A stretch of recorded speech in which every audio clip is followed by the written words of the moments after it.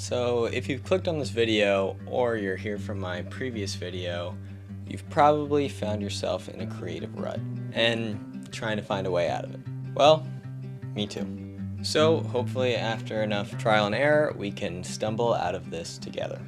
So a few of these techniques may be a little abstract or niche, but they work for me. They might not work for you. So take whatever I say with a grain of salt, or just ignore me. I don't know. One of the first things I do is change my environment. While I love working from home, there's a reason offices exist. There's a reason why people go to coffee shops to get work done. It's a lot like why people go to the gym. Once you're there, you have a job to do, and you can't leave until you get that job done. It's kind of like a weird mental switch that gets flipped. You don't want to waste a trip out of the house, but you also want to get back home. So it kind of forces you to get something done while you're there. And even if you have no ideas, sitting down in a coffee shop on your laptop with a blank document can lead yourself in a lot of new directions. Which leads me to my next point. Just start typing, or writing, or drawing, or whatever it is that you do. Just start. It doesn't have to be good, doesn't even have to make sense, but just the act of writing or moving a brush can get the creative juices flowing. This can also be a really useful way to relieve stress. You could write about why your commute to work was so infuriating that day, or draw like a wacky caricature of your neighbor's dog that won't shut up. I don't know, I'm just blue sky riffing here, which is kind of what this exercise is all about. These things that you put to paper don't need to make perfect sense.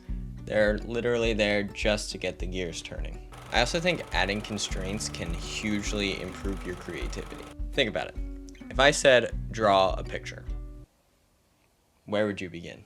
But if I said, draw a picture of your stupidest coffee mug in your cabinet, now we're getting somewhere. Write a short film that only takes place in a bathroom, or write a song that only has 3 chords in it.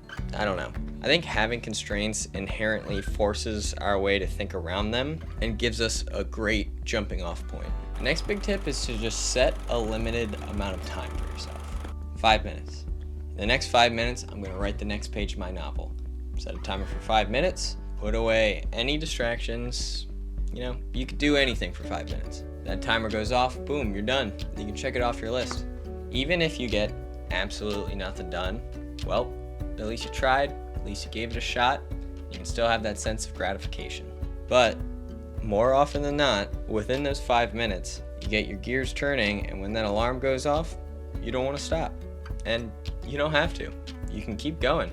Have at it. Finish what you started. Even when you run out of steam, you could say, hey, I worked for way longer than 5 minutes. Then you can give yourself a little pat on the back. The last bit I'll share in this video is to make attainable goals. Draw up a list and break that list into smaller bits as much as you can. If on your to-do list it says, make a YouTube video, that can seem like an incredibly daunting task. But if you break that down into little tiny achievable pieces, like outline, edit, script, shot list, A-roll, it's a lot more attainable. And the more you break this down, the easier it gets. Walk upstairs, turn on lights, set up camera, press record. That all sounds pretty damn easy, and meanwhile you're checking off your list left and right, getting that dopamine rush, feel all accomplished and stuff. Good feeling. Next thing, it'll be done in no time. But that is all I got for this video. There's probably like a billion more things that I do on a daily basis to try and get me out of this rut that I'm not thinking of. But if you guys have any advice, or if there's something that I've missed, or a special thing that you do, please leave a comment. I would love to see it, and I'm sure other people would as well. And if you like these kinds of videos on creativity, feel free to subscribe, because I would love to make more of them. Until then, take it easy.